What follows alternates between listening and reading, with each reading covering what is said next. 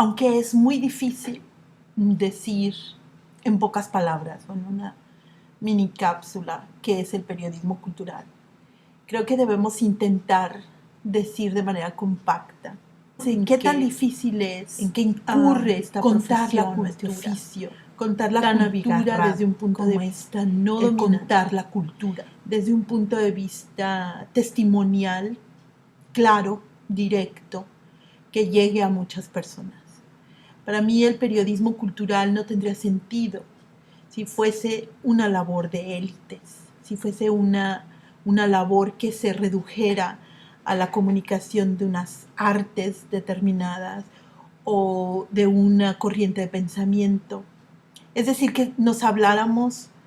unos a otros con las limitantes que nos imponen nuestros gremios, nuestro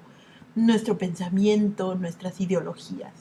Para mí el periodismo cultural es el que llega al último rincón, el que nos hace identificarnos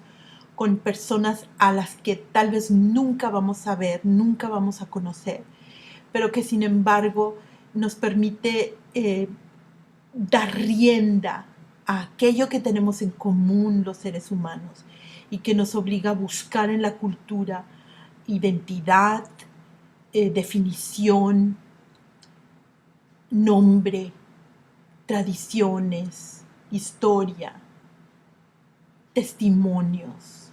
crónicas. Mi mejor anécdota cuando cuento lo que para mí ha llegado a ser el periodismo cultural es que en lugares remotos a donde no llega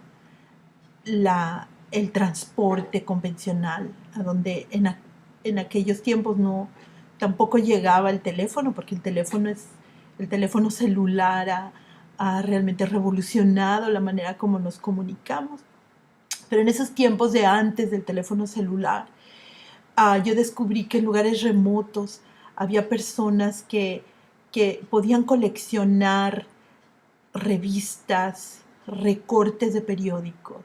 datos que para ellos tenían más importancia que la enciclopedia británica, que los libros que se hacen viejos en las bibliotecas o en las librerías, porque para ellos esos recortes, esos datos, esas historias un poco móviles y escapadizas representaban su historia más inmediata, su historia local.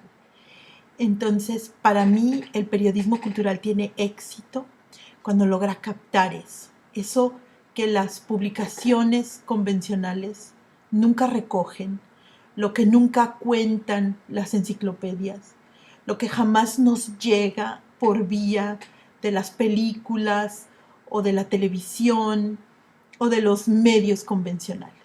Entonces, para mí el periodismo cultural tiene que tener esa faceta indispensable de llegar a lo más hondo,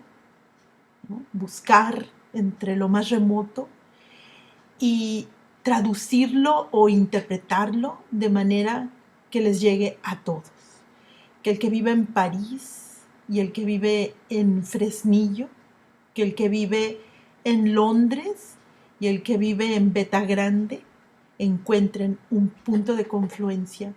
un momento armónico en el cual se dé la comunicación.